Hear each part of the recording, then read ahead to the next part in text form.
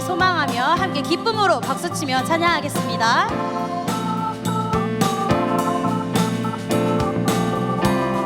하나님의 나팔 소리, 하나님의 나팔 소리 천지 진동할 때 예수 영광 중에 울음하시고 천사들을 세계 만국 모든 곳에 보내어 구원하는 성도들. 처음부터 다시 한번 찬양하겠습니다. 하나님의 나팔 소리 천지 진동할 때 예수 영광 중에 울음하시고 천사들을 세계 만국 모든 곳에 보내어 구원 얻은 성도들을 모으리. 나팔 불 때, 나팔 불 때 나의 이름, 나팔 불 때 나의 이름, 나팔 불 때 나의 이름 부를 때에 같이 찬양하겠네. 아멘.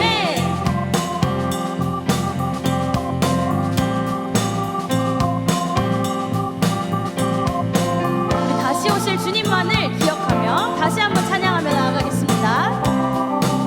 무덤 속에 잠자던 자, 무덤 속에 잠자던 자 그때 다시 일어나 영화로운 부활 승리 얻으리.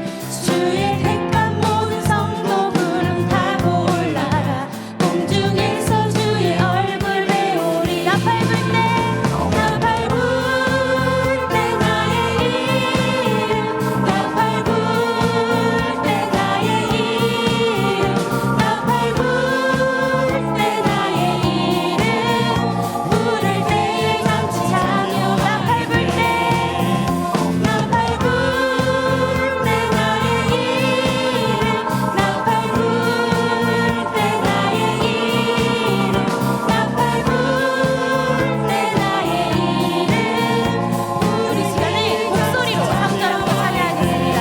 주님 다시 오신 날을 주님 다시 오실 날을 우리 알 수 없으니 항상 기도하고 깨어 있어서 기쁨으로 보좌 앞에 우리 나가서도 그때까지 참고 기다리겠네. 나팔 불 때, 나팔 불 때 나의 이름, 나팔 불 때 나의 이름, 나팔 불 때 나의 이름 부를 때에 같이 찬양.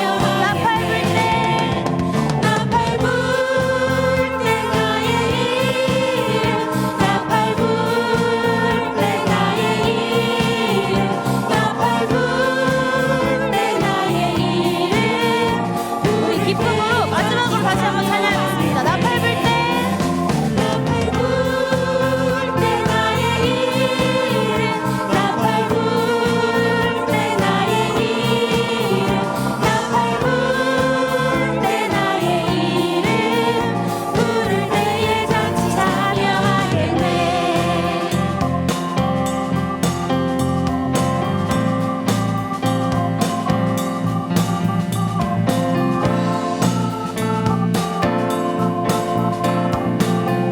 다시 오실 우리 주님만을 영원히 찬양합니다. 할렐루야! 우리 주님께 감사의 박수 올려드리겠습니다.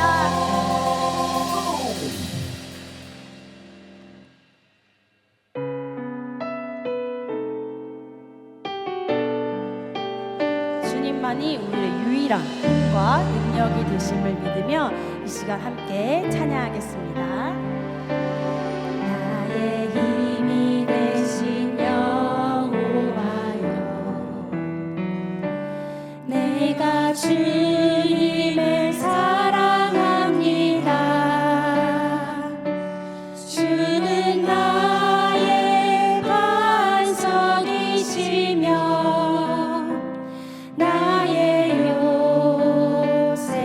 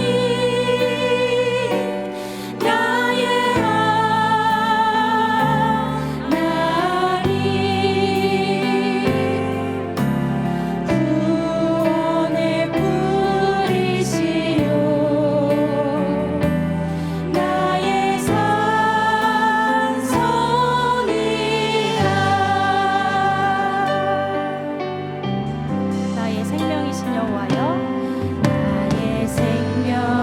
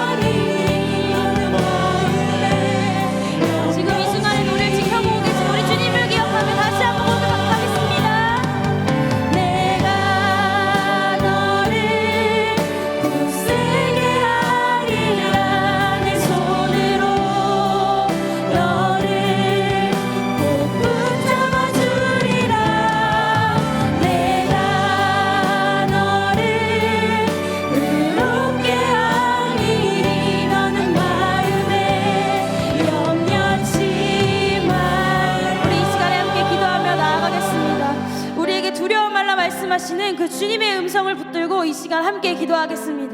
우리의 마음에 있는 두려움과 염려를 주님께 다 내려놓고 하나님을 더 신뢰하는 믿음으로 상황과 환경이 아니라 살아계신 하나님을 바라보는 담대함을 달라고 이 시간 그 믿음으로 우리 주님 이름 한번 간절히 부르고 함께 기도하며 나아가도록 하겠습니다. 주여, 살아계신 아버지 하나님, 이 시간 가운데 주 예수 그리스도의 은혜가 간절히 필요합니다. 주님, 우리 시간 주를 붙들으시고 기도해 주시옵소서. 주 예수 그리스도의 은혜가 간절히 필요하오니 성령 하나님 우리 가운데 영의 눈을 열어주시고 듣는 길을 허락하여 주시옵소서. 이 시간 주님께서 우리에게 하시고자 하는 그 말씀을 우리가 듣게 하여 주시옵고 우리가 주님의 필요한 담대함으로 오늘의 주 예수 그리스도의 바로 나아갈 수 있도록 성령 하나님 붙들어 주시옵소서. 주여,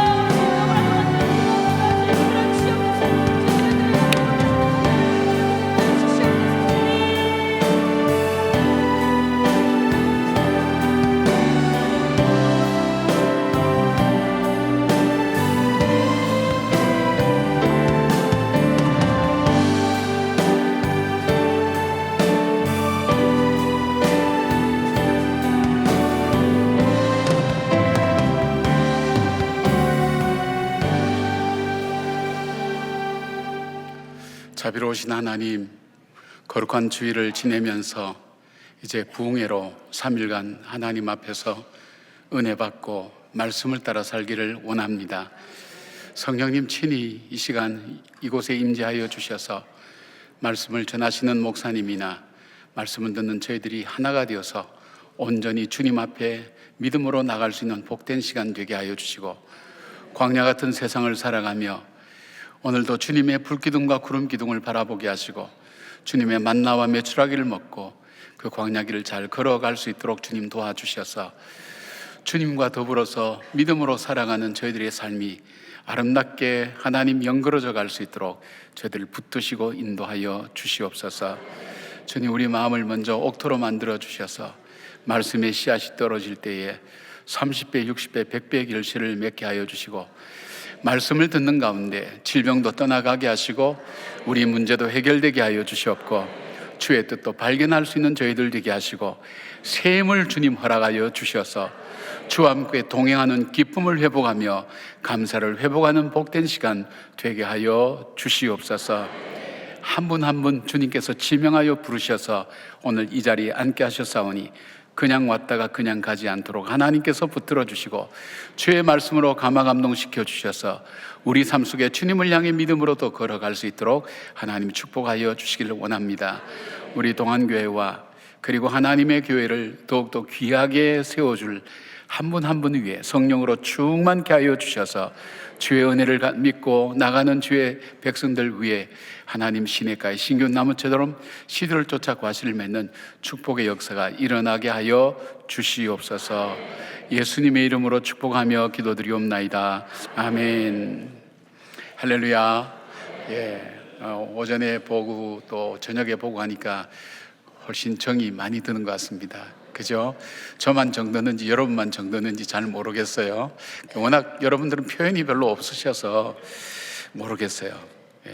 그러나 오늘 저녁에는 정말 하나님께서 이 새롭게 생명이 돋아나는 이 봄철에 우리 심령도 새로우시는 그런 은혜의 출발점이 되었으면 좋겠다는 생각입니다. 오늘 저녁에 나온 분들은 참 귀한 분들이거든요.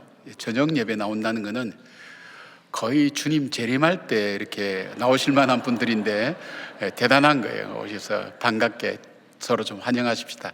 정말 은혜 받으십시오. 그렇게 나누시면서 은혜 받으십시오. 그렇죠. 고맙습니다. 이건 할렐루야도 나고요. 그러니까 여러분 꼭 그렇잖아요. 우리가 손님 오시면 특별히 잘해야 되는 거 있죠? 뭐 있죠? 아멘. 아멘 하시고 그 다음에 여러분들께서 목사님 말씀 속에서 하나님의 음성을 듣고 또 새 힘을 얻을 수 있는 그런 시간 되었으면 좋겠습니다. 내일 저녁은 7시 반, 또 우리 화요일 저녁까지 7시 반 그렇게 되니까 여러분께서 함께 참여하면서 은혜가 있는 복된 시간 되기를 바랍니다. 하나님 말씀은 열왕기상 19장 1절부터 9절까지 말씀입니다. 다 같이 일어나셔서 하나님 말씀을 경청하시겠습니다. 제가 봉독해 드리겠습니다. 아합이 엘리야가 행한 모든 일과 그가 어떻게 모든 선지자를 칼로 죽였는지를 이세벨에게 말하니 이세벨이 사신을 엘리야에게 보내어 이르되 내가 내일 이맘때에는 반드시 내 생명을 저 사람들 중 한 사람의 생명과 같게 하리라. 그렇지 아니하면 신들이 내게 벌 위에 벌을 내림이 마땅하니라 한지라. 그가 이 형편을 보고 일어나 자기의 생명을 위해 도망하여 유다에 속한 브엘세바에 이르러 자기의 사환을 그곳에 머물게 하고 자기 자신은 광야로 들어가 하룻길쯤 가서 한 로뎀나무 아래에 앉아서 자기가 죽기를 원하여 이르되 여호와여 넉넉하오니 지금 내 생명을 거두시옵소서.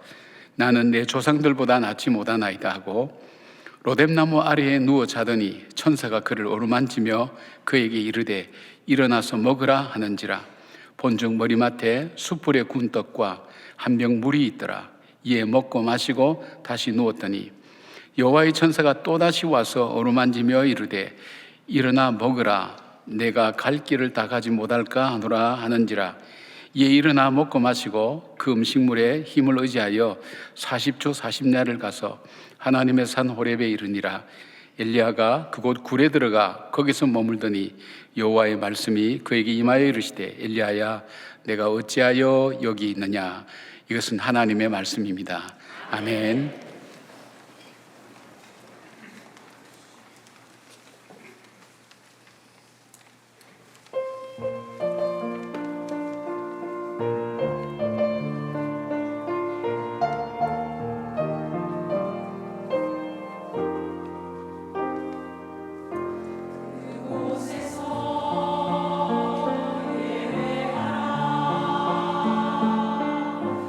내가 쓰러진 그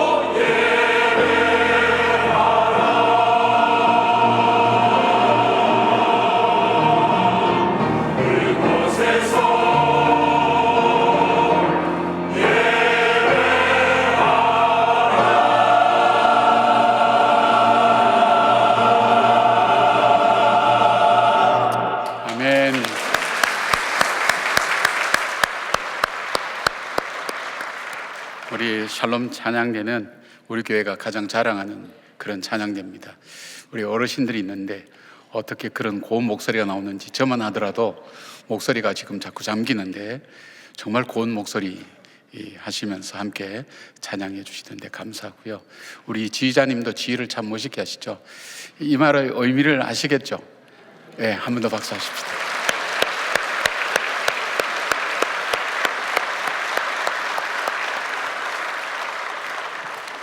고맙습니다. 광고를 이렇게 빠진 게 있어서 제가 빠뜨려서 다시 추가로 하는 게 좀 많으니까 여러분 이해하시고요. 다른 건 말씀 안 드리고요. 이게 뭔지 아시죠? 꼭 도장 찍어서 내주시기 바랍니다. 나중에 꼭 필요할 때가 있습니다. 여러분께서 그렇게 해주시면 좋겠고요. 미리 오시는 분들은 교회에서 식사도 준비하고 있고 또 아이들도 이렇게 봐드리고 있습니다. 우리 최성원 목사님하고는 언제 만났냐면 한 6, 7년 전 됐는지 모르겠어요.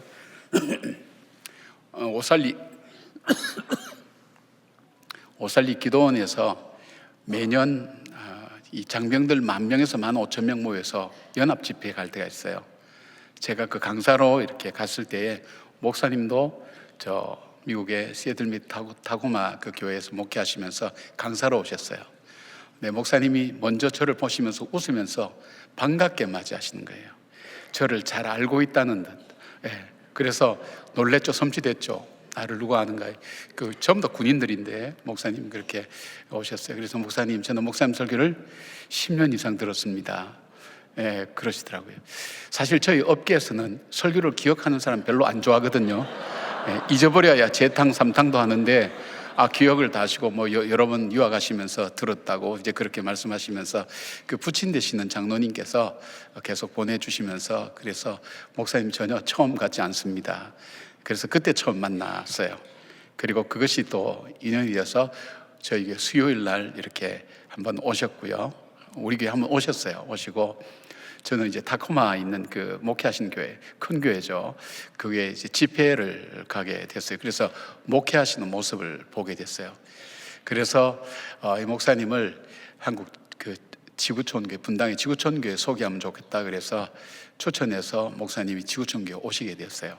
사역을 하시다가 또 교회를 많이 부흥시키시고 또 열심히 하시다가 또 여러 가지 하나님의 인도하심 따라서 지금 미라클 5위 교회인데 오병이어 교회를 개척하셔서 많은 분들에게 거룩한 영향력을 끼치고 계시고 젊은이들에게도 귀한 영향력을 주시는 목사님이세요. 이 사모님하고는 이 서든 베프티스트 신학교에서 두 분이 박사과정 하면서 거기서 만나셨어요. 근데 사모님이 1년 더 일찍 졸업하셨어요. 이거는 어디 가서 얘기할 뿐은 아닌데 우리 소문 나가지 않을 때니까. 예, 제가 볼 때는 누가 더 좋다 못하다 이거보다는 사모님이 훨씬 좀 탁월하다 그런 생각이 듭니다. 그러니까 목사님 설교의 모든 영향은 사모님께서 주시는 영향력으로 한다고 생각하시고 오늘 두 분이 함께 영성을 합쳐서 말씀 나눈다고 생각하시고 함께 말씀 나누면 좋겠습니다. 내일은 이렇게 길게 소개 안 합니다. 오늘 첫날이 돼서 그렇게 하고 왜냐하면 저도 부흥회를 이렇게 하게 되면 첫날을 어떻게 시작할지 강사의 입장에서 굉장히 힘들어요. 그래서 목사님 지금 뭐로 시작할 건지 생각 좀 하시라고 시간을 드리는 중이니까 여러분께서 그렇게 하시고요. 주제가 광야에서다인데 오늘 말씀은 죽음의 자리에서 들려온 음성.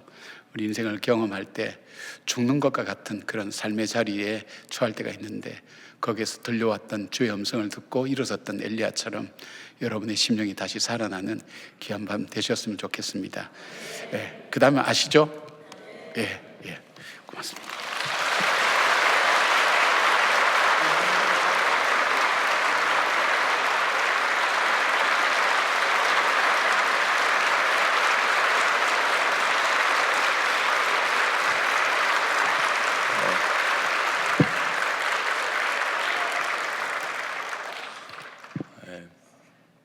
박수를 하나님께 영광 올려드려야 되는데 저를 이 자리에 서게 하신 하나님 앞에 감사의 영광의 박수를 여러분들이 돌려드리신 걸로 그렇게 믿도록 하겠습니다.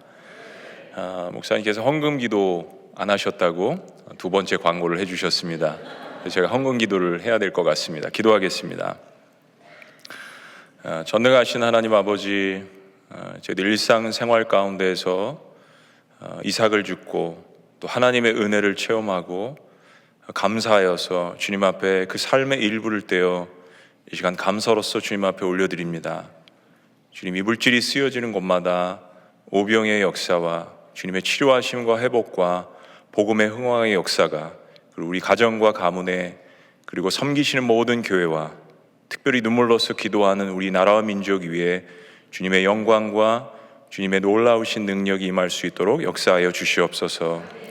오늘 너무나도 귀한 기회를 주셨습니다. 부족한 종을 이 자리에 세우셨으니 두렵고 떨리는 마음으로 전하는데 주의 성령께서 말씀을 전하는 자나 받는 자에게 동일한 역사를 주셔서 우리 모두 하나님의 말씀을 통하여서 하나님을 만나는 귀한 역사가 있도록 인도하여 주시옵소서. 전능하신 하나님, 우리의 구세주 되신 예수 그리스도 이름으로 기도합니다. 아멘. 그렇습니다. 우리 김영준 목사님과는 10년 이상의 그런 그 만남 또 교제, 저의 이제 형님이시기도 하고요, 영적인 형님이시기도 하고, 뭐를 말씀을 드려야 될까 참 고민을 많이 했어요. 설교보다도 목사님께서 이미 몇 가지를 이야기를 하시긴 하셨지만은 저의 생명의 은인이라고 한다면 첫 번째는 여러분들도 그러시지만 하나님의 아들이신 예수 그리스도시죠. 두 번째, 제가 고난의 광야에 섰을 때 지금도 다 광야를 지났다라고 생각하지는 않지만 우리 일생이 광야죠. 그 가운데서 제 생명의 은인이라고 하실 수 있는 분이 우리 김영준 목사님이라는 생각이 들었습니다. 그만큼 사랑해 주셨고 또 기도해 주시고 격려해 주신 그런 은혜가 있어서 오늘 이 강단의 무게가 굉장히 막중합니다. 그런 말씀을 하셨어요. 첫째 날 사람들이 많이 나오고 안 나오고는 강사의 잘못이라기보다는 담임 목사의 잘못이다, 책임이다. 그런데 두 번째 날, 세 번째 날 사람들이 많이 나오고 안 나오고는 강사의 잘못이다, 이런 이야기를 하셨습니다. 오늘이 주일 저녁이고 섬기시고 예배하시느라고 또 많이 피곤하실 수 있는데 많이 모이셨는데 내일 또 직장으로 나가셔야 되잖아요. 월요일, 화요일. 과연 한국교회에서 지금 한 사람의 부흥 강사를 통해 3일 동안 말씀을 여는 이런 집회가 이전처럼 있을까 했는데 동안교회는 정말 탁월한 교회이신 것 같아요. 그 전통을 이어나가시면서 3일 동안 말씀 사경회라고 할 수 있는 이 부흥회를 통하여서 정말 하나님께서 주시는 놀라운 치유와 또 회복과 그리고 우리의 삶의 변화와 그리고 하나님 앞에 영광 올려드리시는 그런 놀라운 역사들이 한번 3일 동안 곳곳에 있기를 간절히 소원하는 그런 마음으로 이 집회 또 예배에 참여하시기를 주의 이름으로 축원합니다.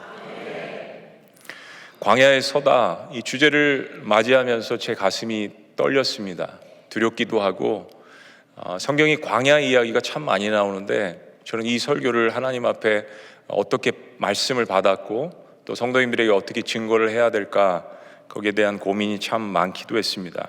죽음의 자리에서 들려온 하나님의 음성, 제목부터가 심상치 않은데 실은 우리가 죽음의 자리의 문턱에 혹은 인생의 밑바닥에 갔을 때 하나님을 발견하신 분들이 참 많습니다. 오늘 그런 이야기들을 통해서 아마 하나님께서 교회에 주시는 음성도 있을 거고 가정에 주시는 음성도 있을 거고 또 가문에 폭넓게 주시는 음성도 있을 거고 한 개인에게 주시는 음성도 있을 거라고 생각을 합니다. 요즘 나라를 위해서 기도를 많이 하시는데 또 우리나라 민족에게 주시는 광야의 한복판에 선 것 같은 정말 정치 또 지리 경제학적으로 우리 한반도의 상황을 생각하시면서 기도하시는 분들도 있을 거라고 생각합니다. 제독 철학자 중에 한병철 박사라는 분이 있는데요. 이분이 2012년도에 피로사회라는 책을 써서 이게 유럽에서 베스트셀러가 됐습니다. 그래서 역으로 이게 번역이 돼서 한국에도 이 책이 번역됐는데 책이 그렇게 두껍지 않아요. 제가 이 책을 읽으면서 굉장히 많은 감명을 받았습니다. 어떤 복음으로 연결할 수 있는 메시지가 여기 담겨져 있다라고 생각이 들었어요. 이 책의 서론에 이런 이야기를 합니다. 과거의 규범 사회에서 풀려난 사람들은 자본주의와 함께 신자유주의를 누리지만 오히려 사람들은 경쟁 사회, 성과 사회의 분위기 때문에 자기가 망가질 때까지 자기 자신을 자발적으로 더 착취하게 한다. 그러니까 현대인들의 어떤 개인적, 집단적 여러 정신적인 질환에 대해서 이야기를 하면서 긴 얘기를 짧게 하면 이런 겁니다. 우울증은 성과를 향한 압박 속에서 나타나는 소진 증후군인데 다 타서 꺼져버린 탈진한 영혼의 표현이다. 이 책을 읽으면서 저는 이런 생각을 해봤어요. 인간이 하나님께서 자유의지를 주셨잖아요. 우리에게 굉장한 자유가 있습니다. 오늘 예배를 나와야 될까 말아야 될까, 그죠? 말씀을 계속 월요일부터 화요일까지 들어볼까 말까, 여러분은 하루에도 수백 가지의 선택을 하십니다. 자유가 있어요. 그런데 이 자유를 가지고 자기 중심적, 즉 자기 자신이 되려고 죽을 힘을 다해서 노력을 하지만 결국은 자기 자신을 철저히 착취하고 파괴하는 지경에 다다르게 된다는 이야기입니다. 자유가 참 좋은 것인데 그 자유를 자기 중심적으로 계속 썼을 때는 우리가 피곤하게 된다는 이야기죠. 이게 피로사회라는 이야기를 한 겁니다. 그럴듯합니다. 마음에 공감이 돼요. 아니, 한국 사람이 썼는데 유럽에서 베스트셀러가 된 책입니다. 사람들은 이 책을 보면서 무릎을 쳤습니다.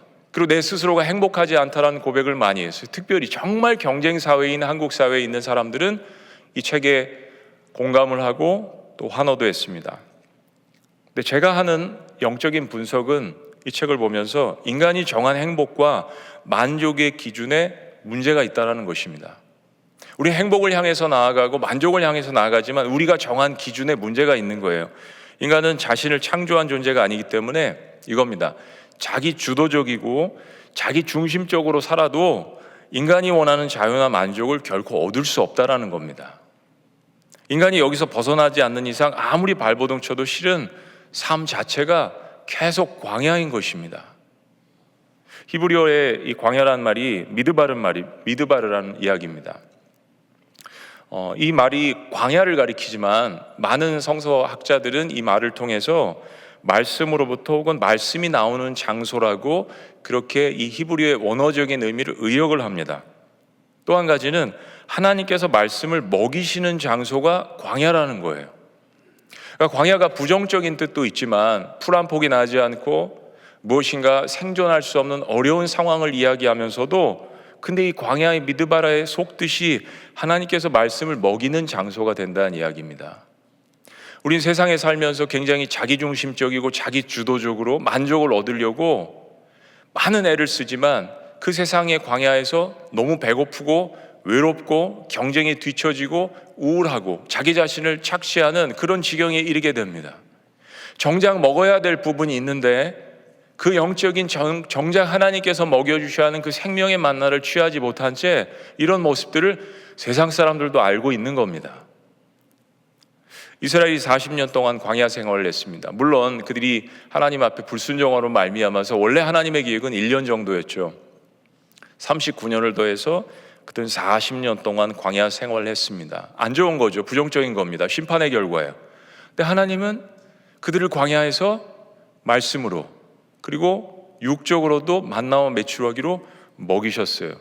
미드바르 광야에서 말씀을 하나님께서 먹이시는 장소. 참 신기하게도 하나님의 아들이신 그 신성하신 예수님께서도 사역을 시작하시기 전에 40일 동안 광야에서 시험을 받으셨습니다.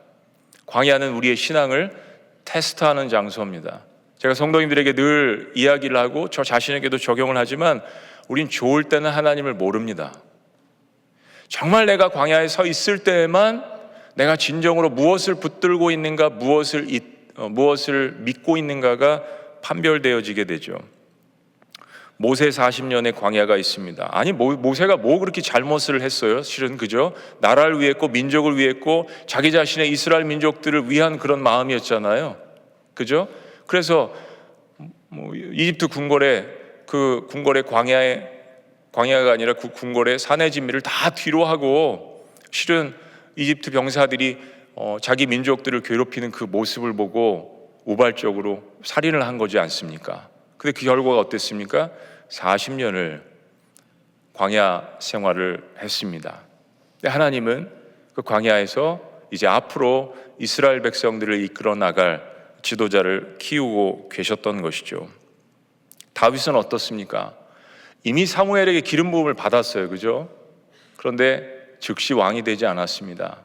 10여 년 이상을 사울 왕의 칼날을 피해서 다윗은 엔게디가 속한 유대 광야에서 그렇게 떠돌이로 살았습니다. 물 한 모금 먹을 수 없는 메마른 광야였어요. 다윗은 그 속에서 시편을 우리에게 전해줍니다. 요셉의 광야, 요셉도 형들의 시기 질투로 광야의 웅덩이에 버림을 받았습니다. 적어도 13년 이상의 광야 생활, 감옥 생활을 했죠. 그렇습니다. 하나님은 하나님의 사람들을 이 광야라는 곳으로 인도를 하십니다. 과연 우리의 인생 가운데 광야 없이, 광야를 통과하는 것 없이 하나님을 만날 수 있을까? 성경은 불가능하다라고 이야기하는 것 같습니다. 광야가 실제로 물리적인 장소 광야일 수도 있고, 이스라엘에 가보니까 정말 광야는 황량하더라고요. 그런데 삶의 고난의 현장일 수도 있습니다. 이제 여러분들 내일 직장으로 혹은 가정으로 곳곳으로 흩어지게 될 것입니다. 바벨론과 같은 이 세상의 삶의 현장이 광야일 수 있습니다. 그냥 어떤 장소가 아니라 우리의 삶 자체가 광야일 수 있습니다. 함께 모여서 기도하고 예배하고 찬양하면 힘이 나지만 이 세상 광야로 나갔을 때는 얼마나 우리 성도님들이 눈물을 많이 흘리십니까? 피로사회, 대한민국 사회는 경쟁사회이기 때문에 특별히 더 그런 것 같습니다. 우리 자녀들 얼마나 그 아이들의 내면에 흐르는 눈물이 많습니까?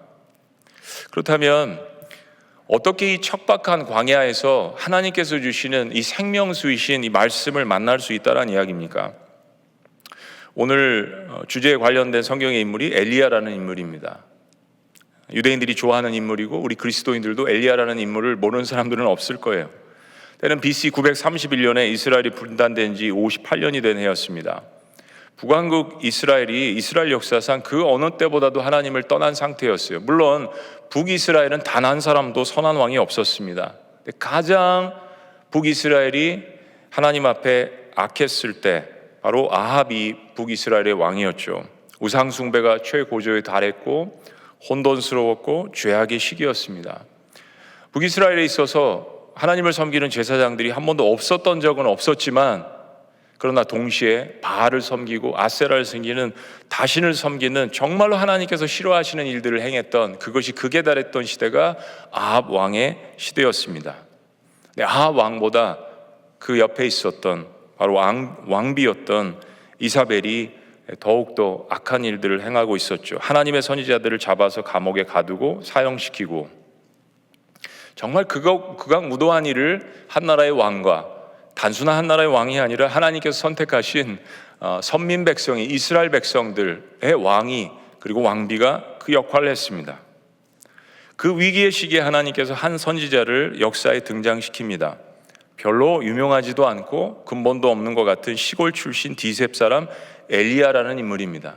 이 막강한 이 권력 앞에, 이 엄청난 악의 소용돌이 속에 하나님께서 등장시킨 인물은 별로 알려지지 않았던 시골 출신 엘리야입니다. 하나님은 엘리야의 기도를 통하여서 심판을 명하십니다. 즉 바알신을 우상숭배하는 아합 왕과 이세벨에 대한 하나님의 경고로 이스라엘 전역에 3년 6개월 동안 비가 내리지 않게 됐습니다.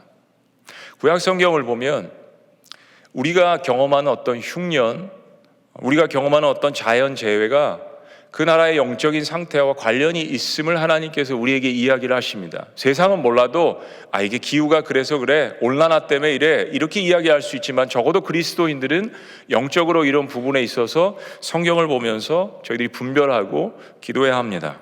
그렇습니다. 이스라엘의 반역 때문에 3년 6개월 동안 분명히 비가 내리지 않았습니다. 엘리야는 가뭄의 시간에 하나님의 인도하심으로 그리시 시내가라는 곳을 갑니다. 근데 거기서 가뭄에 물을 마십니다. 그리고 사르밧 과부의 집에서 거하면서 두 가지의 큰 기적을 체험하죠. 그 집에 음식이 떨어지지 않는 기적, 흉년에, 그리고 사르밧 과부의 죽은 아들을 살리는 그 하나님의 놀라운 능력을 체험합니다. 온 세상이 다 광야입니다. 엘리야도 얼마나 나라 민족을 위해서 기도하며 피눈물을 흘리지 않았겠습니까? 근데 3년 6개월 동안 이제 하나님께서 그 후에 일으킬 엄청난 영적 전쟁의 승리를 위해서 하나님의 사람 엘리야를 광야에 세우시고 그를 훈련시키십니다. 작은 과부의 집에서 일어난 일이었지만 그 일을 통하여서 하나님의 엄청난 능력을 체험을 하죠. 죽었던 사람을 살리는 능력입니다. 어디 그뿐입니까? 우상의 본거지인 갈멜산에서 혼자의 몸으로 당시 이스라엘에서 국가적으로 키운 바알 선지자 850명을 대결을 하고 처단을 합니다. 하늘에서 불이 내려올 때 그 신이 진짜 신이라는 영적 전투 앞에 엘리야가 기도하자 하나님은 엘리야의 기도에 응답하셔서 불을 내려주십니다. 불은 제단과 제단 주변에 뿌려놓은 도랑 지역의 흙까지 다 태우는 정말 말할 수 없는 엄청난 기적을 체험합니다. 그리고 엘리야는 바알 선지자 450명을 처단을 합니다. 한 사람이.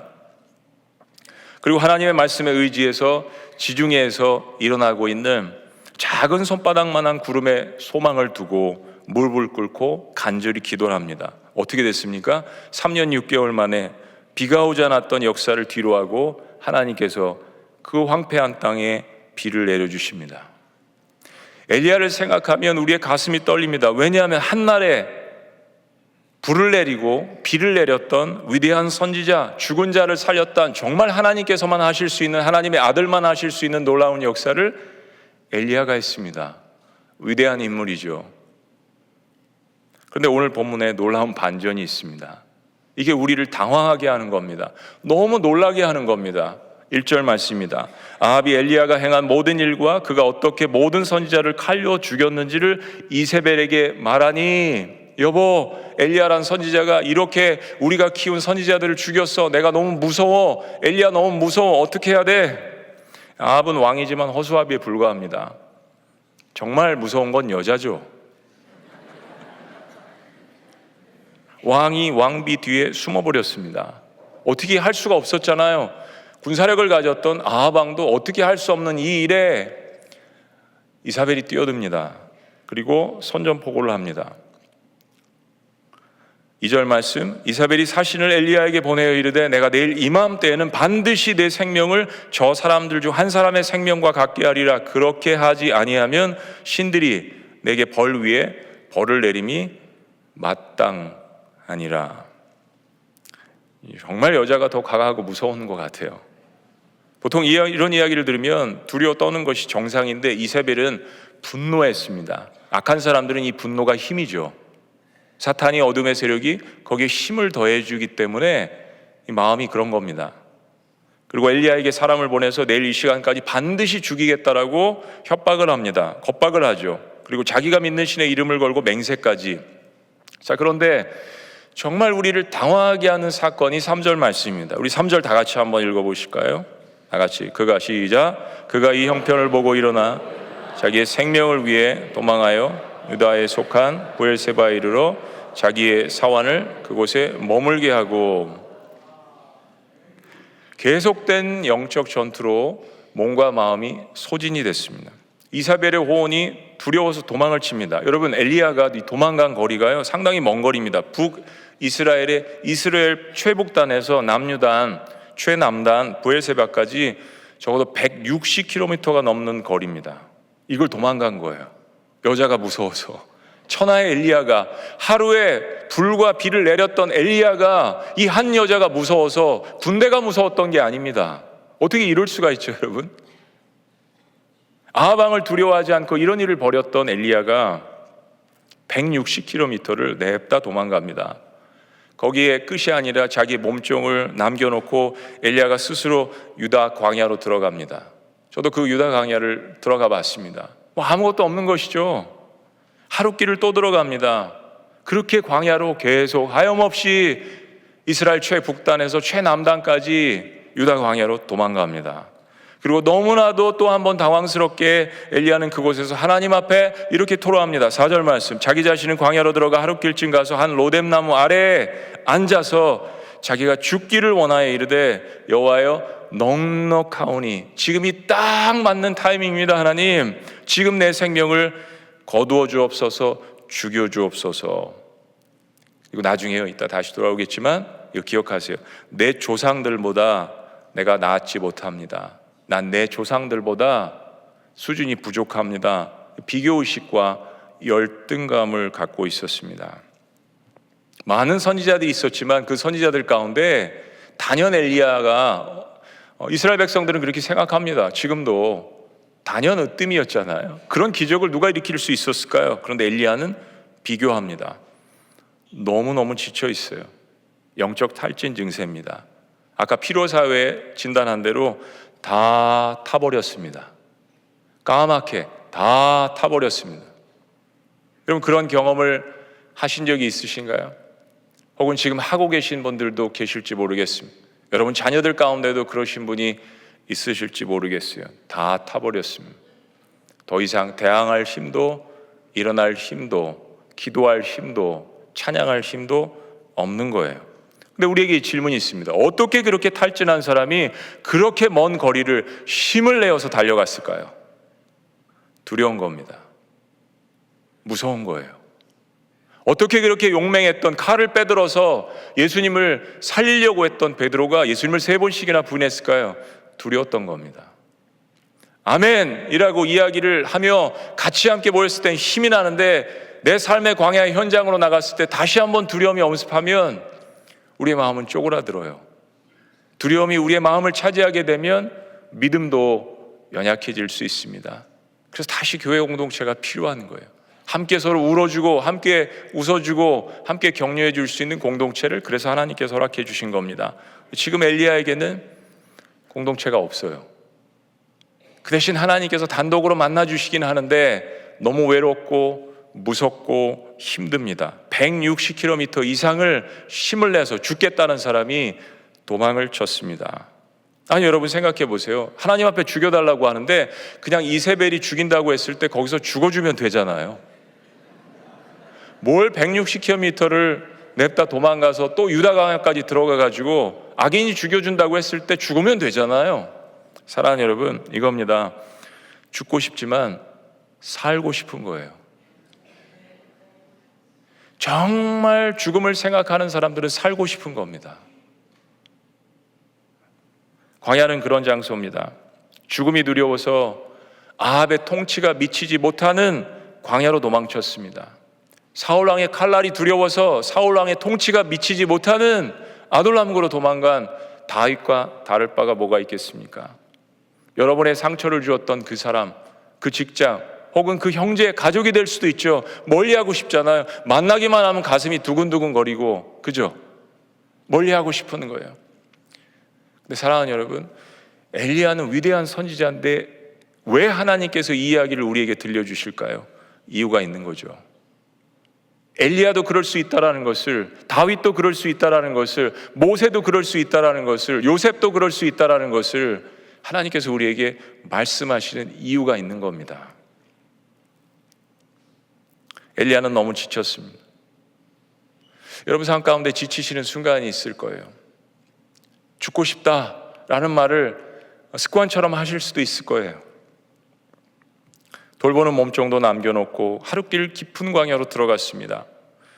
저도 이 설교를 자주 했고 이 본문을 참 좋아합니다. 사모하고 당황스럽기도 했지만 그런 하나님께서 이 말씀을 주신 의미가 무슨 상황인지 많은 성도님들을 이해하려고 했고, 그리고 이 본문을 좋아하고 사모하고 엘리야를 사랑하지만 제가 광야로 들어갔을 때에만 이 말씀의 의미가 어떤 것인지 더 분명하게 제 가슴 속에 와닿았습니다. 성경에서 한날에 물과 불의 기적을 일으킨 사람은 엘리야밖에 없습니다. 또 한 가지, 죽음을 보지 않고 하늘에 올라간 사람은 에녹과 엘리야밖에 없어요. 얼마나 위대한 인물입니까? 그런데 죽기를 가는 거예요. 이사벨이 무섭다고 도망을 갑니다. 우리는 보통 주변의 상황이 어려워지고 내 삶의 살 소망이 끊어질 때 죽고 싶다는 생각을 하는데 엘리야는 하나님의 사람으로서 위대한 일을 성취하고, 그렇죠? 우리와 좀 달라요. 이게 불만이에요. 우리에게는 우리는 일이 안 돼가지고 죽고 싶은 건데 엘리야는 아니 이게 선지자로서 엄청난 일을 감당을 한 거잖아요. 그런데 그 성취 후에 우리와 동일하게 죽음을 생각합니다. 어쨌든 죽고 싶은 거예요. 제 서재에 이런 책이 있습니다. 죽고 싶은데 떡볶이는 먹고 싶어요. 명작이더라고요. 네, 베스트셀러예요. 우리의 어떤 마음을 그대로 대변해 주는 책입니다. 죽고 싶은데 떡볶이는 먹고 싶어요. 여러분 이거 꼭 기억하셔야 합니다. 죽고 싶은 사람만큼 간절히 살고 싶은 사람은 없습니다. 죽고 싶은데 살고 싶은 거예요. 엘리야가 그래서 도망치고 저 이세벨이 아니라 하나님이 저의 삶을 다스려 주시고 죽이시려면 하나님이 저를 죽여 주옵소서, 그런 마음의 생각이 아니었을까요? 이런 마음이 들 때는 실은 정상적인 생각을 할 수 없습니다. 판단이 잘 안 되잖아요. 그럴 때는 잠시 그 상황과 나를 분리하는 것이 중요합니다. 자, 엘리야를 다시 봅니다. 3절, 그가 이 형편을 보고 일어나 자기의 생명을 위해서 도망하여, 죽겠다는 사람이 왜 도망을 가요? 근데 4절에 로뎀 나무 아래 누워 자더니, 죽겠다는 사람이 잠은 왜 잡니까? 죽을 생각을 해야지. 이것도 이상하잖아요, 여러분. 죽고 싶다면 심각한 만큼 다시 생각해 봅니다. 잠시 쉬어가야 합니다. 여러분들이 이제 우리 기독교 공동체 안에서 수양의 수련회라는 게 있잖아요. 원래 그 수련회라는 말이 군대 용어에서 나온 영어입니다. retreat, 퇴각이란 이야기예요. 잠시 멈추는 것이 아니라 입어 나가기 위해서 일보 뒤로 가는 것, 그게 수련회입니다.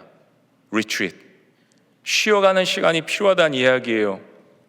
상징적으로 그 장소가 광야일 수도 있고요, 상징적으로 그 장소가 로뎀 나무일 수도 있습니다. 제가 엘리야에 관한 설교를 했더니 저희 교회에 어느 한 젊은 청년 부부가 아주 수줍고 이제 막 예수님을 만난 사람들인데, 이 설교가 끝난 다음에 인사하면서 나가면서 아주 수줍게 약간 거리를 두면서 저를 쳐다보면서 이렇게 고백을 했습니다. 남자가, 형제가, 여자가 아니라, 목사님은 저의 로뎀 나무이십니다. 얼마나 제가 그 얘기를 듣고 가슴에 위안을 받고 큰 감격을 누렸는지 모르겠어요. 근데 제가 곰곰이 그 말을 생각하고 한 달 후에 설교 끝난 다음에 그 형제 부부가 다시 나갈 때 그 형제의 손을 붙들고 제가 이렇게 이야기했습니다. 생각해 보니까 형제님이 저의 로뎀 나무이네요. 우리 설교자들은 그런 위안이 때로 필요합니다. 명설교자들도 그렇습니다. 저는 김영준 목사님 정말 그 사용하시는 언어, 그리고 영성, 치료와 회복이 있는 그 말씀에 정말 은혜를 많이 받습니다. 근데 그런 설교자들 역시 기도와 위로와 격려가 필요합니다. 엘리야는 지금 그게 그리운 거예요. 승리는 했지만 옆에 사람이 없어요. 그리고 하나님만 바라보고 있습니다. 지금이 딱 죽기 좋을 때라고 이거 하나님 앞에 시위하고 있는 거 아닐까요? 하나님, 지금 제 생명을 가져가 주십시오. 완전히 탈진한 모습입니다. 천하의 기적을 일으킨 사람이라도 사람은 사람일 뿐이에요. 전 세계에서 대한민국만큼 이렇게 경쟁 사회가 있을까요? 이 사회에 계속해서 우리의 자녀들에게 이 문화와 이거 물려줘야 돼요. 이렇게 많이 학원에 다니고 이렇게 많이 공부하고, 정말 미국에서 아이들이 이 정도 공부했다면 다 우수한 대학에 들어갈 그러한 실력들과 그러한 시간과 그러한 에너지와 그러한 돈이에요. 저는 한국에서 반 생활을 하고 27살에 미국에 가서 또 반 24년 생활을 하고 한국에 돌아왔습니다. 바뀐 게 하나도 없어요. 여전히 아이들은 공부해야 하고, 저희 때는 밤 9시, 10시, 11시, 고등학교 1학년 9시, 10시면 2학년이면 10시, 3학년이면 11시. 그래서 집은 들어오면 6시간만 머물다가 가는 장소. 그래서 여러분, 그 미국 TV에 믿거나 말거나에 그 우리나라 상황이 나왔다니까요. 한 20, 30년 전에. 그러면서 이렇게 이야기합니다. 한국 사람들, 한국 학생들의 집은 기숙사다. 엘리베이터에서 오랜만에 한국에 와서 아이들을 만나서 아이들이 막 주고받는 대화를 했습니다. 태권도에 미술학원 다니고. 그래서 제가 물어봤어요. 초등학교 3학년, 4학년인데 너 학원 몇 개 다녀요? 그랬더니 저 3개 다녀요. 그랬더니 옆에 있는 애가 픽 웃으면서 아유, 저는요 6개 다녀요. 얼마나 아이들도 탈진하고 피곤해 있습니까? 여러분, 그걸 해결해 줄 수 있는 방법은 이 세상 사회, 이 세상 경제, 이 세상의 언어, 요즘 아이들이 많이 접하는, 또 우리도 접하는 핸드폰, 인터넷, 그거 아닙니다. 계속 많이 보면 볼수록 허탈하고 탈진되고 우리의 모든 것들이 타들어가는 듯한 느낌, 그거 무엇으로 이길 수 있을까요? 어디서 소망을 얻을 수 있을까요? 네, 하나님께서 그런 엘리야에게 다가오십니다. 5절 말씀, 로뎀나무 아래에 누워 자더니 천사가 그를 어루만지며 그에게 이르되 일어나서 먹으라. 하나님께서 죽기를 간구하는 엘리야에게 천사를 보내셨습니다. 하나님이시죠. 그리고 어루만지십니다. 이 원어의 의미가 한 번 어루만지셨다는 의미가 아니라 쓰다듬어 주시는 거예요. 계속해서 반복적인 표현입니다. 여러분, 정말 누군가를 위로하고 싶으시다면 실은 언어가 아닙니다. 여러분, 욥의 친구들이 욥을 위해서 7일 밤낮으로 울어줬어요. 세 친구가 대단한 친구들입니다. 그죠? 욥이 고난당했을 때, 근데 7일이 지나자 욥을 괴롭혔어요. 너 이래서 이런 거 아니야? 저래서 저런 거 아니야? 찌르고 아프게 하고 힘들게 하고 철학적인 질문을 던지고 신앙적인 질문을 던지고. 하나님은 아무 얘기가 없으세요. 어루만져 주십니다. 너 왜 이래? 왜 이렇게 실패했어? 너 이거밖에 안 돼? 내가 얼마나 너에게 큰 능력을 줬는데. 그런 얘기가 하나도 없잖아요. 탈진한 거 아십니다. 어루만져 주십니다. 그리고 말씀하세요. 일어나 먹으라. 신약에도 이런 말씀이 있죠. 예수님을 배신하고 도망갔던 제자들 가운데 수장이었던 베드로에게 주님께서 일단은 야단치시기 전에 먹이시잖아요. 먹는 거 중요합니다. 어루만지는 거 중요합니다. 누군가 여러분 주변에 그런 분들이 있다면 대화가 아니라 어루만져 주시는 거, 기도로, 그리고 사랑의 언어로, 그리고 손짓으로 자녀들의 머리를 한번 어루만져 주는 거, 축 처진 남편의 어깨를 어루만져 주는 거 중요합니다. 하루 종일 아이들과 싸우고 살림했던 아내의 손을 잡아주는 거, 하나님이 그렇게 하십니다. 엘리야 일어나 먹으라. 엘리야가 반응합니다. 6절 다 같이요, 시작. 본즉 머리맡에 숯불에 구운 떡과 한 병 물이 있더라. 이에 먹고 마시고 다시 누웠더니, 잔뜩 먹고 다시 누웠습니다. 성경 말씀이 숯불에 구운 떡, 요한복음에도 이 표현이에요. 진짜 정감이 있는 표현입니다. 하늘에서 뚝 떨어질 수도 있는데 과정을 보여주시는 거예요. 하나님의 어루만지심, 사랑을 보여줍니다. 숯불에 구운 떡, 얼마나 군침이 돌아요. 160km를 지나서 유다 광야로 왔는데 탈진하고 배고프고 힘들고 죽고 싶은데 떡볶이를 먹고 싶고, 하나님께서 숯불에 떡볶이를 구워서 물 한 병과 드시게 했습니다. 이에 먹고 마시고 누웠더니 죽고 싶은데 먹고도 싶고 자고도 싶은 거예요. 하나님께서 다시 위로하십니다. 7절 여호와의 천사가 또 다시 와서 어루만지며 이르되 일어나 먹으라. 그리고 이 말씀을 주세요. 두 번째는 내가 갈 길을 다 가지 못할까 하노라. 아직 삶이 끝나지 않았다는 이야기입니다. 갈 길, 뭔가 하나님께서 주시는 아직 사명이 남아있는 겁니다. 저는 그걸 깨달았습니다. 우리의 코끝에 호흡이 붙어있는 이유는 아직 하나님께서 우리에게 주신 사명이 있는 겁니다. 미국에서 어느 한 가정이 10년 이상을 거동을 못하시고 누워 계신 그 어머님을 돌보는, 그 미국 그 집사님은 백인이신데 장모님이죠. 돌보시는 두 부부가 있었습니다. 너무 힘드니까 그 집사님이 저에게 도대체 하나님께서 왜 이런 일을 저에게 주셨습니까? 그런 질문을 하셨어요. 답이 없잖아요, 여러분. 10년 이상을. 근데 하나님께서 제 마음 가운데 어떤 지혜를 주셨어요. 집사님, 하나님께서 이 어머니를 통해서 뭔가 주신 것이 있지 않습니까? 라는 이야기를 했습니다. 곰곰이 생각해 보시더니 기도가 깊어졌다는 이야기를 하시더라고요. 좀 더 하나님을 가깝게 만나는 시간을 가지신다고 이야기하시더라고요. 그분의 울음소리는 다릅니다. 그분의 기도소리는 달라요. 어머님은 누워 계시지만 자식들을 살리고 있는 중입니다. 내가 갈 길을 다 가지 못할까 하노라. 어떤 책망도 없으세요. 거듭된 위로하심. 죽겠다고 하는 사람에게 무슨 책망을 하시겠어요. 그리고 다시 음식을 먹이십니다. 계속된 하나님의 어루만지심, 말씀으로 먹이실 수 있습니다. 누군가의 눈물의 기도를 통해서 여러분을 위로하실 수 있어요. 그 찬양의 가사가 내 삶일 수 있습니다. 광야에 있는 엘리야에게 주시는 위로와 격려. 광야로 뛰쳐나와서 이제 사명 다 했다라고 생각하고 죽기를 강구했는데 거기서 하나님을 만났습니다. 그리고 하나님의 전적인 위로와 공급하심을 경험합니다. 중요한 것은 죽음의 공포의 순간에도 엘리야는 하나님 앞에 항변을 했다는 점입니다.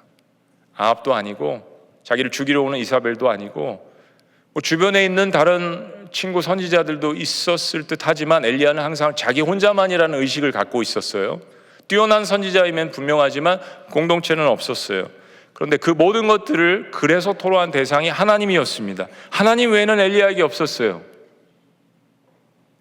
계속해서 엘리야가 하나님 앞에 자신의 어려운 상황들을 털어놓지만 어쨌든 엘리야는 하나님 앞에 항변하고 하나님 앞에 따지고, 욥도 그랬습니다.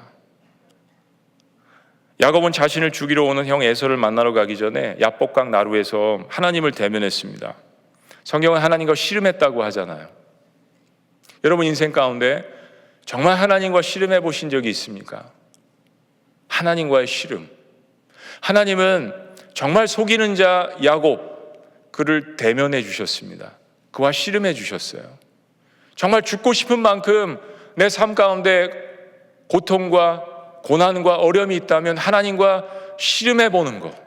내 인생을 마감하기 전에 나를 이 땅에 보내신, 그리고 나에게 이런 고난을 허용해 주신 그 하나님을 붙들고 씨름해 보는 것. 엘리야는 지금 하나님과 씨름하고 있습니다. 하나님 죽여주세요, 빨리. 좋을 때입니다. 넉넉하잖아요.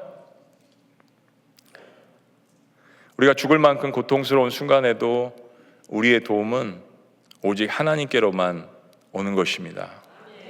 눈을 들어 산을 보라. 나의 도움이 어디서 올꼬? 천지를 지으신 여호와에게서로다. 가장 극한 생명의 위협 속에 광야에서 엘리야는 하나님께 항변합니다. 그리고 하나님을 만납니다. 우리의 연약함과 한계를 하나님 앞에 고백하는 것은 우리의 의무입니다. 그리고 마땅히 자녀로서 해야 할 일입니다. 하나님, 저 지쳤습니다. 너무 힘들어요.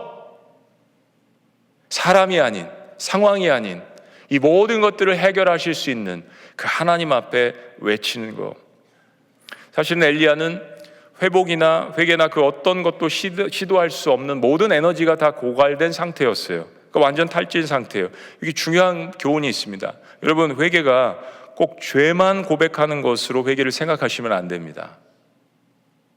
나의 연약함과 나의 한계, 나의 부족함을 고백하는 것도 회개입니다. 회개의 목적은 하나님과의 관계를 다시 회복하는 거잖아요.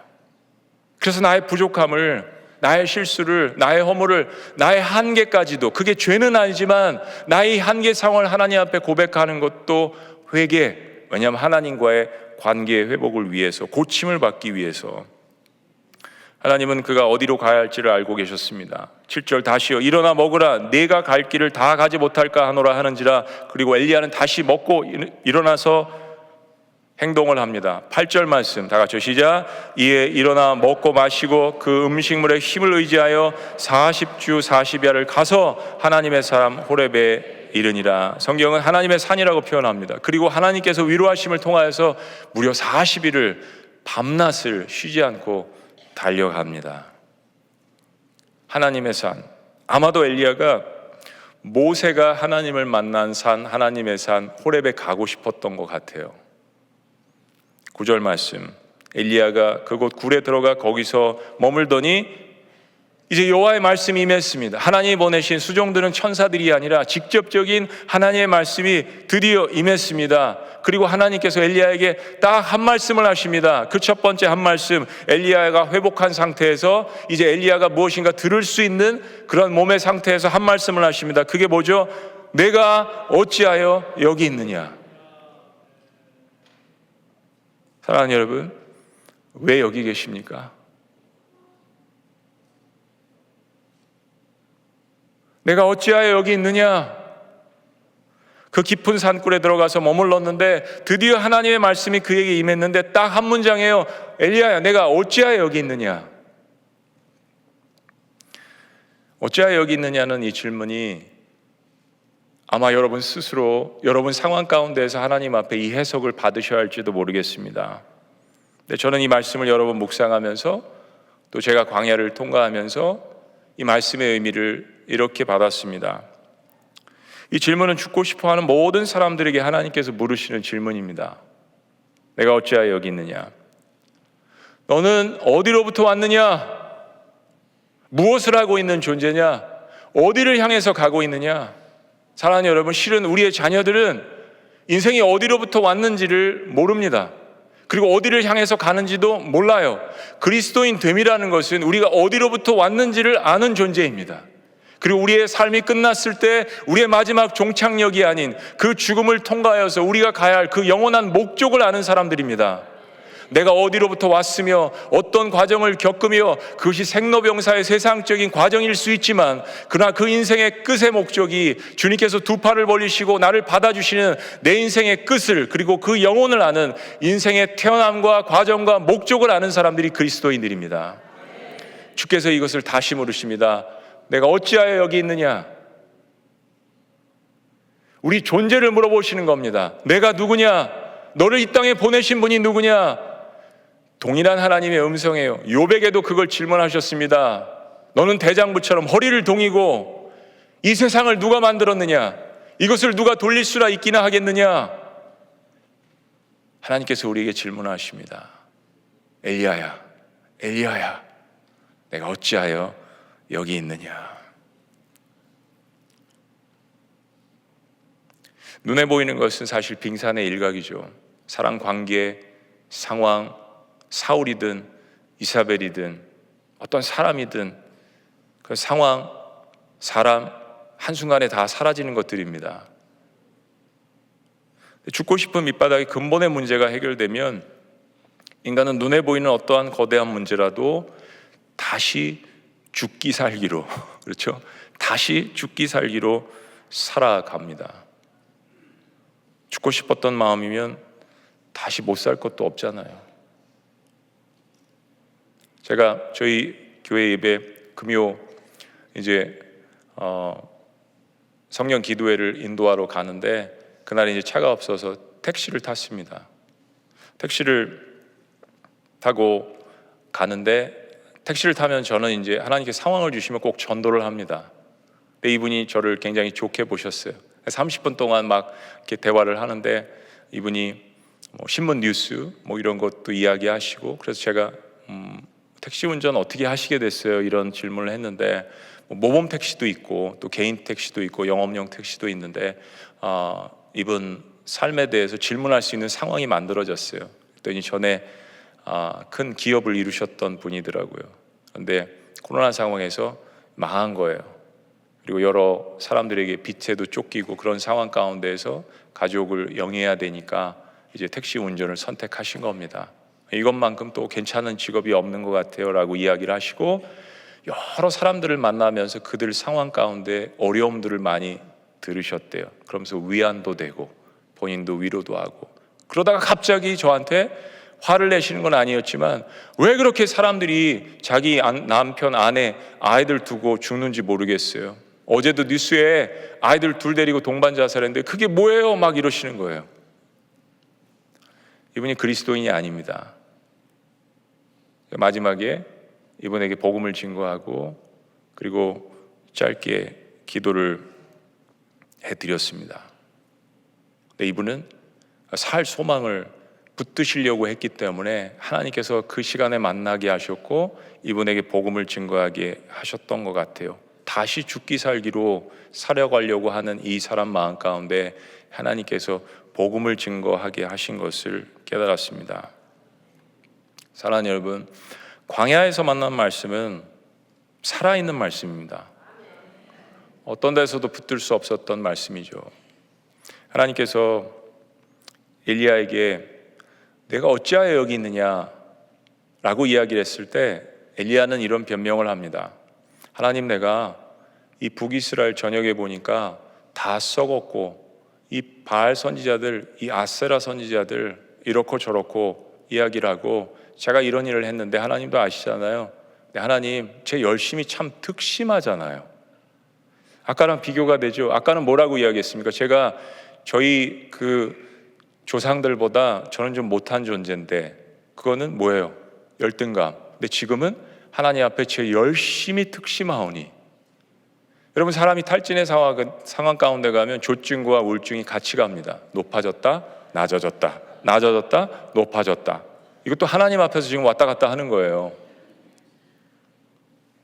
하나님께서 엘리야야, 너 여기 서봐 라고 이야기하십니다. 그리고 하나님께서 지나가십니다. 저 이 말씀이 정말 마음 가운데 감동이 됐어요. 하나님이 엘리야 앞을 지나가십니다. 근데 어떻게 지나가세요?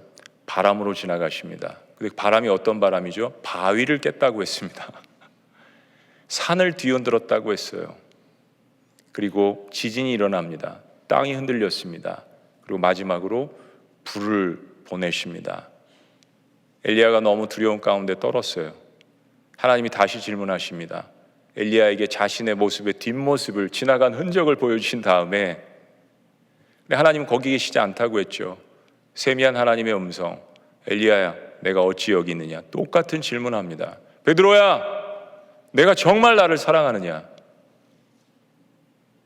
하나님은 우리 인생 가운데 답을 찾지 못할 때 그 핵심을 찌르세요.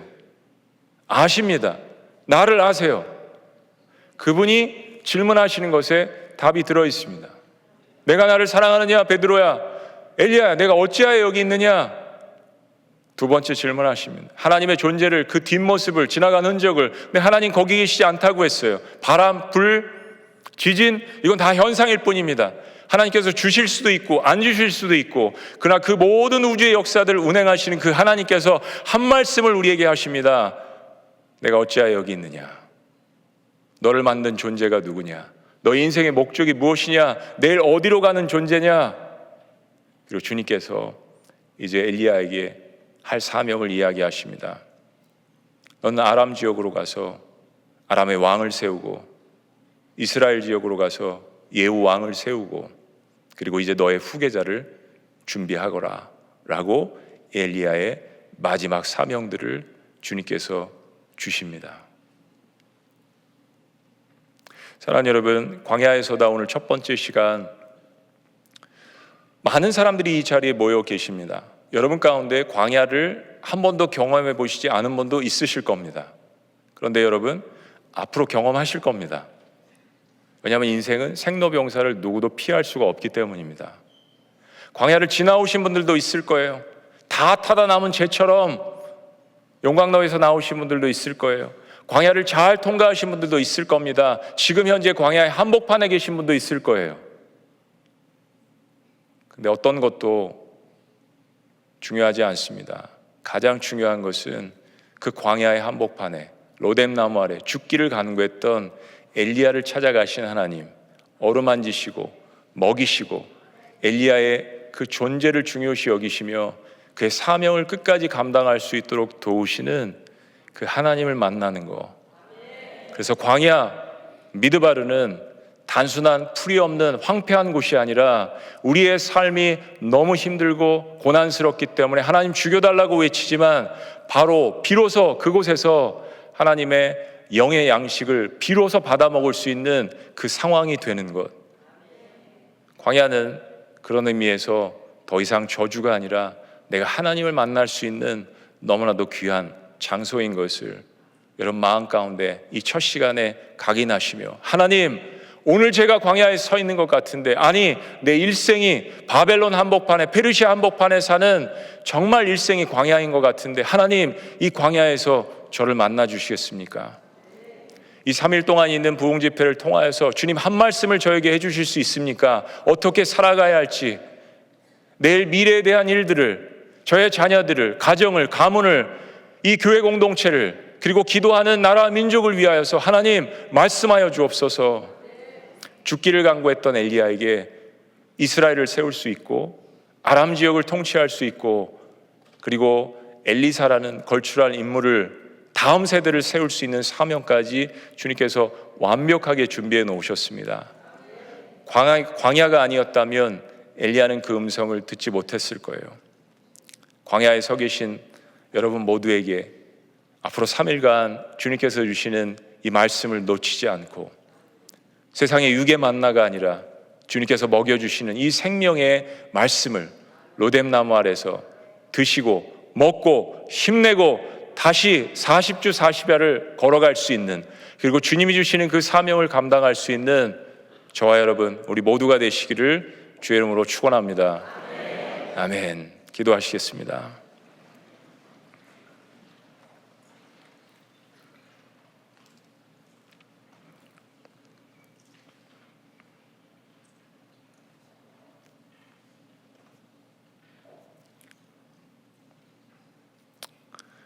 그렇습니다, 여러분. 우리의 삶 가운데 실 광야를 거치지 않는 분들은 없을 겁니다. 그런데 광야에서 하나님께서 말씀을 먹이신다라고 이야기했습니다. 엘리야가 가장 진하게 하나님을 만난 장소가 바로 광야였습니다.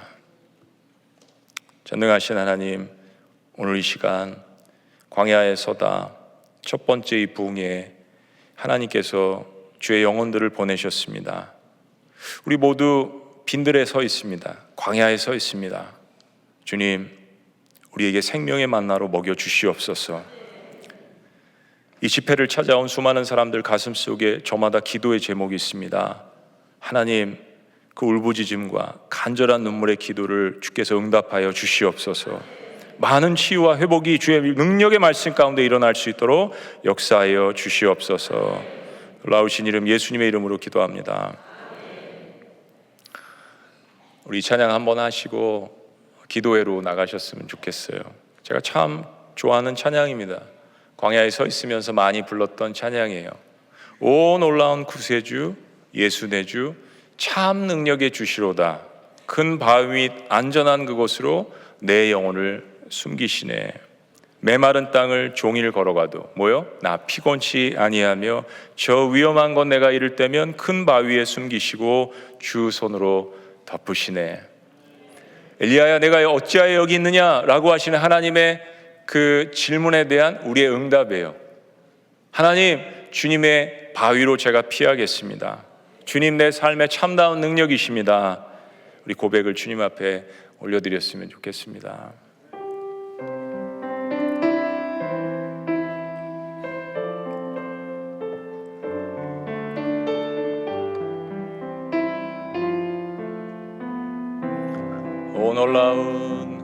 오 놀라운 구세주 예수 내 주 능력의 주시로다. 큰 바위미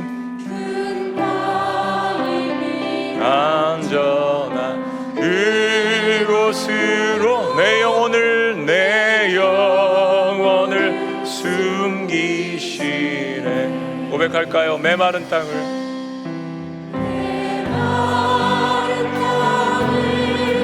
종일 걸어가도 나 피곤치 아니하며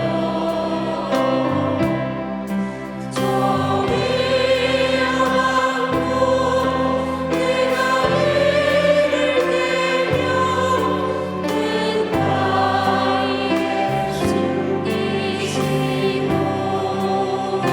주 손으로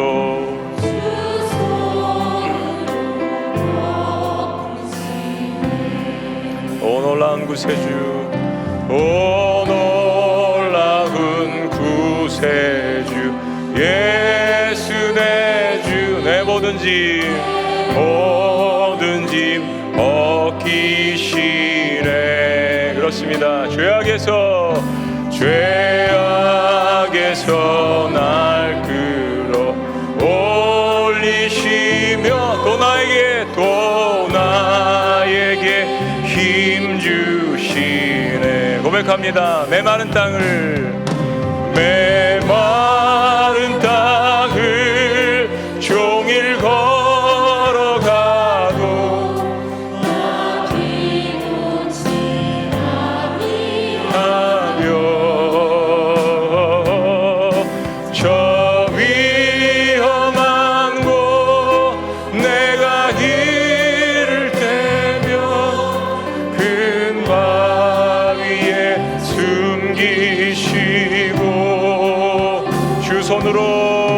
주 손으로 부시네. 측량 못할 은혜로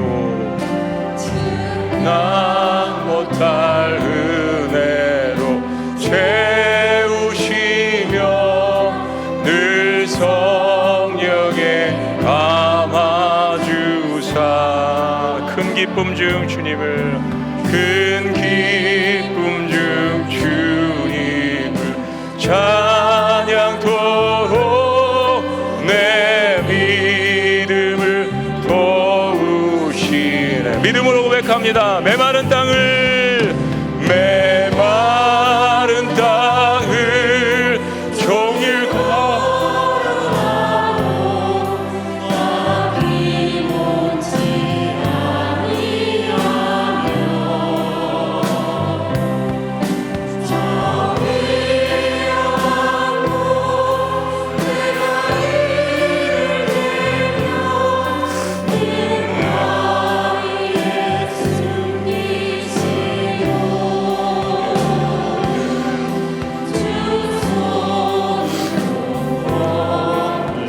사절할 때 다 같이 일어나셔서 하시겠습니다. 일어나서 주 예수님 공중에 임하실 때 나 일어나 맞이하리.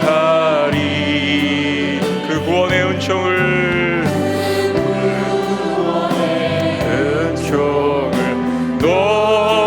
노래하리. 저 전군과 천사 함께 고백합니다. 메마른 땅을 메마른 땅을 종일 걸어가도 나 피곤치 아니하며 저 위험한 곳 내가 이를 때면 큰 바위에 숨기시고 주 손으로 다시 한번 고백합니다. 오른손을 높이 들고 메마른 땅을 종일 걸어가도 메마른 땅을 종일 걸어가도 나 피곤치 아니하며 저 위험한 곳 저 위험한 내가 이를 때면 큰 바위에 숨기시고 주 손으로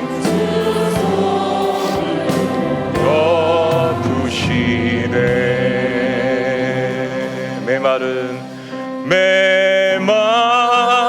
땅을 종일 걸어가도 나 피곤치 아니하며 주님 저 위험한 곳 내가 주님 아버지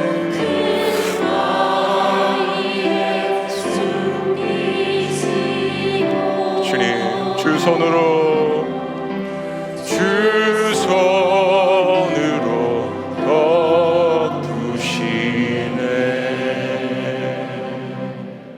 우리 시간 그런 고백을 주님 앞에 담아서 우리 기도했으면 좋겠습니다.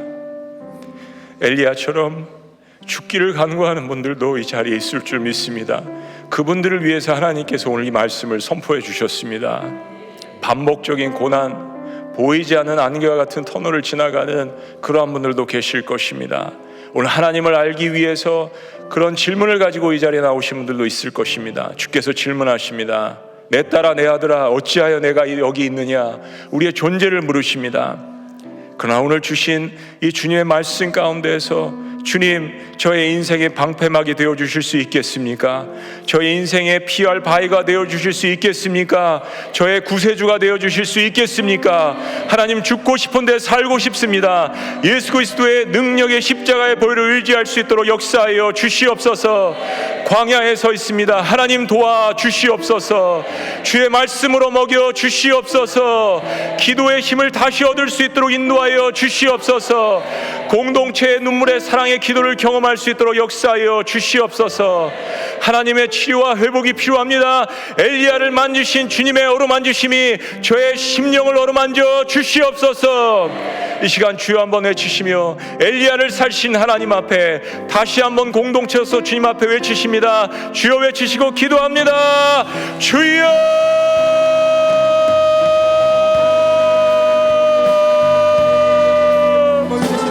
아버지, 아버지,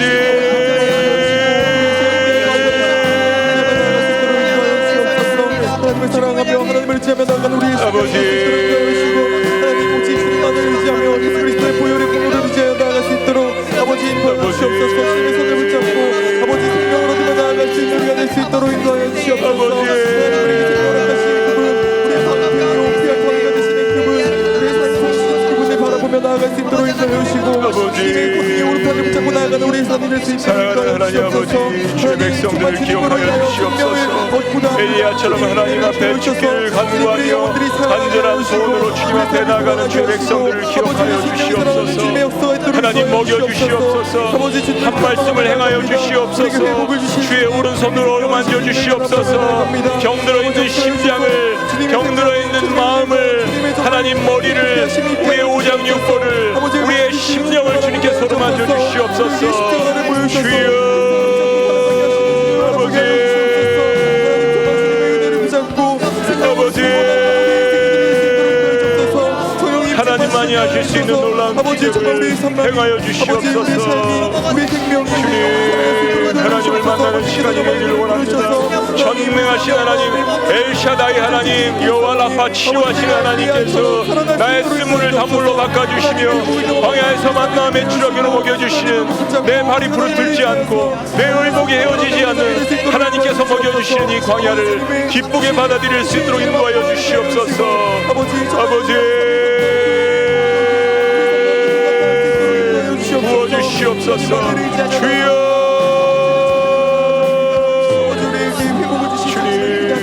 아버지, 기도 가운데 함께하여 주시옵소서. 주님,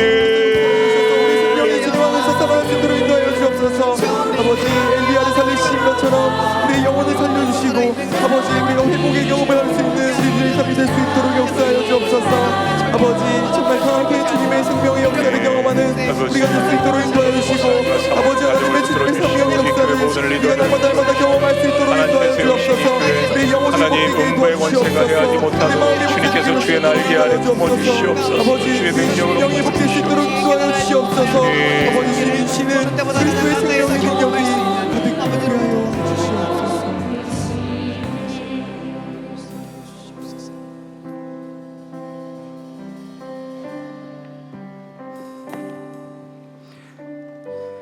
이 시간 말씀을 기억하며 우리 한 번 더 기도하기를 원합니다.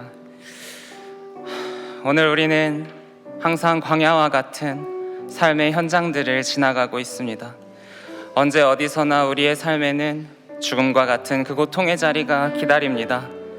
비교의식과 열등감, 그리고 영적인 모든 탈진들, 우리의 삶에 다가오는 모든 두려움들, 그 두려움 앞에 우리는 죽고 싶지만 그럼에도 불구하고 살고 싶은 하나님 아버지를 애처롭게 부르며 그럼에도 불구하고 주여 이 삶을 살고 싶습니다. 아버지, 그래서 우리는 기도하며 공동체 안에서 사랑의 언어로 어루만져지기를 원하며 아버지, 그렇게 살아갑니다. 아버지 하나님, 우리가 하나님께 기도하며 그리고 서로 사랑하며 우리에게 하나님께서 허락하여 주신 길을 끝까지 다 갈 수 있도록 우리의 도움은 오직 하나님께로부터 온다는 것을 믿으며 세상의 헛된 것들을 의지하지 않고 죽기 살기로 하나님만 믿으며 살아갈 힘을 달라고 이 시간 주님의 이름을 한번 크게 부르짖고 기도하며 나아가겠습니다. 주여,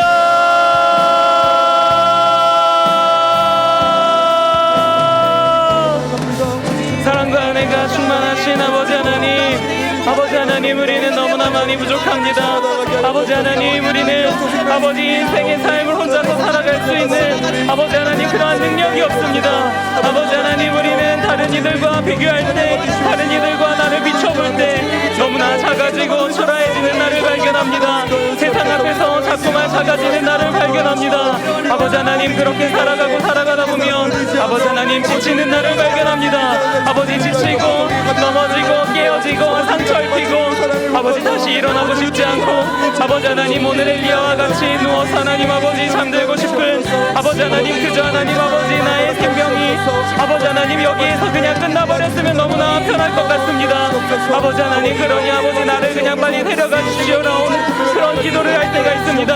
아버지 하나님 아버지 오늘 해가 지는 것이 두렵고 내일 새로운 해가 뜨는 것이 두려울 때가 너무나 많습니다. 아버지 하나님 그런 가운데 아버지 하나님 정말로 죽으면 모든 안식과 평안이 찾아올 것만 같은 그러한 상황 가운데 그럼에도 불구하고 하나님 내일 내가 하루 더 버티며 사랑받을 수 있다는 그 소망과 아버지 내일 하나님 아버지 밝은 빛을 따라가고 싶은 그러한 마음들 아버지 하나님 정말로 살아가고 싶은 마음 아버지 하나님 주님께서 하나님 아버지 나에게 이 인생을 주사오니 아버지 하나님 이 삶을 끝까지 살아가고 싶은 그러한 마음을 우리에게 주시는 줄 믿습니다. 아버지 그렇기 때문에 하나님 우리가 하나님 아버지 하루하루 기도하며 나아갑니다. 아버지 하나님 내가 하루 더 살아가고 싶기 때문에 하나님 아버지 기도하며 아버지 하루 더 버티고 싶기 때문에 내가 사랑을 간구합니다. 아버지 하나님 사랑을 주고도 싶고 사랑을 받고도 싶습니다. 아버지 하나님 그렇게 우리는 살아갑니다. 아버지 하나님 우리에게 사랑을 더하여 주시고 아버지 하나님 우리의 기도를 들어주셔서 아버지 우리가 하루하루 더 살아갈 수 있는 주님의 능력과 은혜를 더하여 주시옵소서. 아버지 하나님 주님께서 우리에게 허락하신 그 길이 너무나도 길고 길 줄 믿습니다. 아버지 하나님 우리의 소망이 되시는 주님 아버지 하나님 우리의 능력이 되시는 주님 아버지 우리의 힘이 되시고 우리의 모든 길과 인도가 되시는 그 모든 주님의 능력을 따라 살아갈 수 있도록 주여 인도하시고 함께하여 주시옵소서. 아버지 하나님 우리가 살아가다 보면 어쩔 수 없이 세상의 어떤 것들을 의지하게 됩니다. 아버지 하나님 물질을 의지하고 아버지 관계를 의지하고 아버지 하나님 어떤 높은 이름값을 의지하게 됩니다. 아버지 하나님 그러한 우리를 붙잡아 주시옵소서. 아버지 하나님 아니라 다른 것을 의지하지 않게 하여 주시옵소서. 오직 주님께서 허락하신 것들만 내 마음에 품고 오직 주님만 붙잡으며 나아갈 수 있도록 주여 인도하여 주시옵소서. 아버지 하나님 죽고 싶은 그 마음을 하나님 아버지 주님 붙잡고 아버지 하나님 정말로 죽기 살기로 하나님 앞에 나아가게 하여 주시옵소서. 아버지 하나님 야곱이 하나님 아버지 형 에사를 만나러 갈 때 아버지 그 죽을지도 살지도 모르는 그 절제의 절명의 순간에서 아버지 하나님을 끝까지 붙잡고 아버지 하나님 그 허벅다리가 쳐서 하나님 아버지 쓰러질 지경에도 주님을 끝까지 붙잡았던 것처럼 내가 하나님 아버지 서 있을 수 없는 순간에도 주님을 붙잡고 의지하게 하여 주시옵소서. 아버지 주여 주님을 붙잡지 아니하면 내가 살 수 없다는 것을 기억하며 나아가게 하여 주시옵소서. 주여 아버지 내가 오직 주님만 붙잡게 하여 주시옵소서. 아버지 주님의 다리를 붙잡고 주님의 손을 붙잡고 아니 그것도 잡을 수 없다면 주님의 옷자락이라도 만지게 하여 주시옵소서. 주님의 옷자락을 만질 때 아버지 그때 주님께서 우리에게 새로운 힘과 능력으로 우리를 깨끗게 하시며 우리를 하루를 살아갈 힘을 더욱더 주실 줄 믿습니다.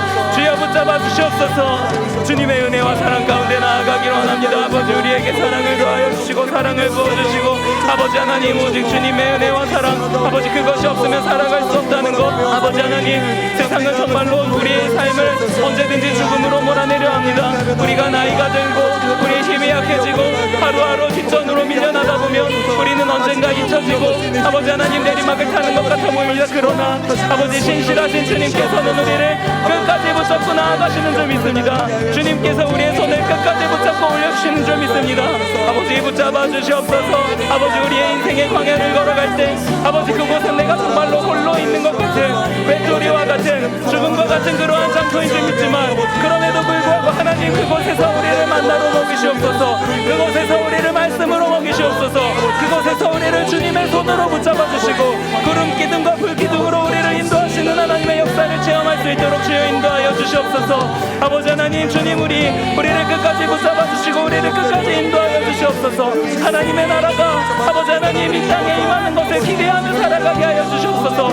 나의 삶은 너무나 힘들고 어려웠지만 아버지 하나님 그럼에도 불구하고 아버지 나의 사랑하는 자녀들이 살아가는 이 세상을 조금이라도 하나님께서 더욱더 아름답고 더욱더 윤택하고 아버지 무엇보다 하나님의 사랑과 공의가 넘치는 그 나라가 될 거라는 소망을 품고 살아갈 수 있게 하여 주시옵소서.